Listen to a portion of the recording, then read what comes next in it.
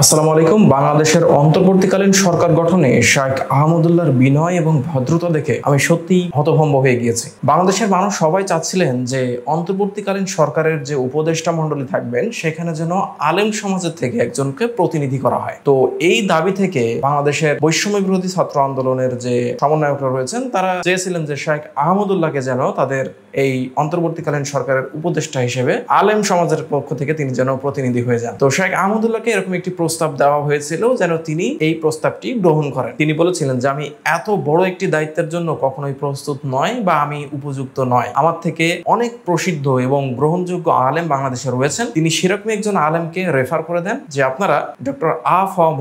খালিদ হাসানের কাছে যেতে পারেন এবং তাকে এই প্রস্তাবটি দিতে পারেন। ডক্টর আবুল ফয়েজ মোহাম্মদ খালিদ হাসান তিনি বাংলাদেশের একজন দেশ বরেণ্য আলেম। তো শেখ আহমদুল্লাহ তিনি যে বিনয়ের পরিচয়টা দিয়েছেন, তিনি বলেছেন যে আমি এত বড় একটি দায়িত্বের জন্য প্রস্তুত নয় বা আমি এই কাজের জন্য যোগ্য নয়। আমার থেকে অনেক যোগ্যতা সম্পন্ন আলেম রয়েছেন যারা সবার কাছে অনেক বেশি গ্রহণযোগ্যতা পায়। এরকম একজন আলেমকে তিনি নিজে সাজেস্ট করে দিয়েছেন।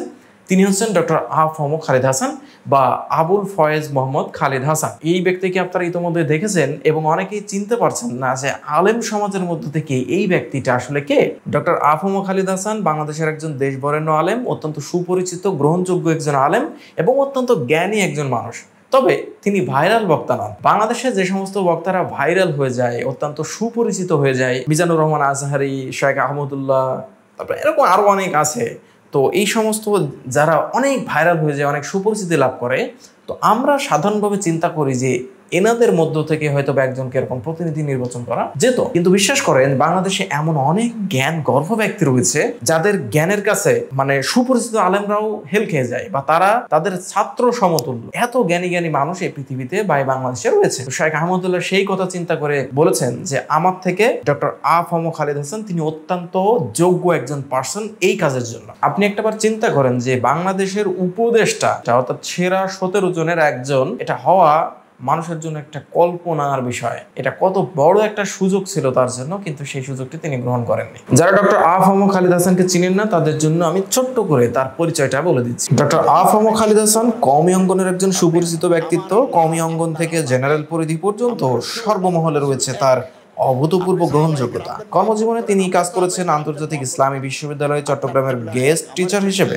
এবং তৎকালীন অধ্যাপক ছিলেন এশিয়ান ইউনিভার্সিটি অব বাংলাদেশের। ওমর গনি এম.ই.এস. কলেজ চট্টগ্রামের অধ্যাপক হিসেবে অবসর গ্রহণ করেছেন। এখন তিনি জামিয়া ইসলামিয়া পটিয়ার সিনিয়র মুহাদ্দিস হিসেবে কর্মরত রয়েছেন। প্রবীণ এই আলেম রাজনীতি সম্পর্কে অত্যাধিক পরিমাণে সচেতন এবং বুদ্ধিজীবিতায় উত্তীর্ণ। তিনি বিভিন্ন গণমাধ্যমে প্রতিনিয়তই কলাম লেখেন এবং আন্তর্জাতিক বিভিন্ন জার্নালেও তার নানান প্রকারের লেখা প্রকাশিত হয়েছে। এছাড়াও তিনি নানান পত্রিকার সাথে সম্পৃক্ত। তিনি সরাসরি রাজনীতির সঙ্গে যুক্ত না থাকলেও তিনি রাজনীতি সম্পর্কে যথেষ্ট পরিমাণে জ্ঞান রাখেন। জ্ঞানী, শিক্ষিত, গ্রহণযোগ্যতার দিক থেকে এবং দূরদর্শিতার দিক থেকে আলেম সমাজের পক্ষ থেকে ডক্টর আ.ফ.ম. খালিদ হাসানকে স্বাগত জানাই এবং তিনি একজন পারফেক্ট ব্যক্তি ছিলেন বলে আমি আমার জায়গা থেকে মনে করি। তো শুভেচ্ছা জানাচ্ছি ডক্টর আ.ফ.ম. খালিদ হাসান সহ যারা উপদেষ্টা মণ্ডলীতে রয়েছেন তাদের সবাইকে শুভেচ্ছা জানাচ্ছি তাদের এই অত্যন্ত গুরুভার দায়িত্ব নিজের কাঁধে তুলে নেওয়ার জন্য। ধন্যবাদ জানাচ্ছি প্রধান উপদেষ্টা ডক্টর ইউনূসকে এবং আমরা চাচ্ছি একটি নতুন বাংলাদেশ, দুর্নীতিমুক্ত বাংলাদেশ, আগাছামুক্ত বাংলাদেশ, চোরমুক্ত বাংলাদেশ, সম অধিকারের বাংলাদেশ এবং চাচ্ছি একটি ইসলামিক রাষ্ট্র হিসেবে বাংলাদেশের আত্মপরিচয়। আজকের মতো এ পর্যন্তই। শুভকামনা রইল বাংলাদেশের অন্তর্বর্তীকালীন সরকারের সমস্ত সদস্যদের জন্য। তারা যেন বাংলাদেশকে একটি নতুন বাংলাদেশ হিসেবে আমাদেরকে উপহার দিতে পারেন এবং আল্লাহ সুবহানাহু ওয়া তাআলা আমাদের এই সমস্ত কার্যক্রমকে কবুল করুক এবং আমরা যে বাংলাদেশের স্বপ্ন দেখছি সেটা যেন বাস্তবায়ন করতে আল্লাহ সুবহানাহু ওয়া তাআলা আমাদেরকে সবসময় সাহায্য করেন। আসসালামু আলাইকুম ওয়া রাহমাতুল্লাহি ওয়া বারাকাতুহু।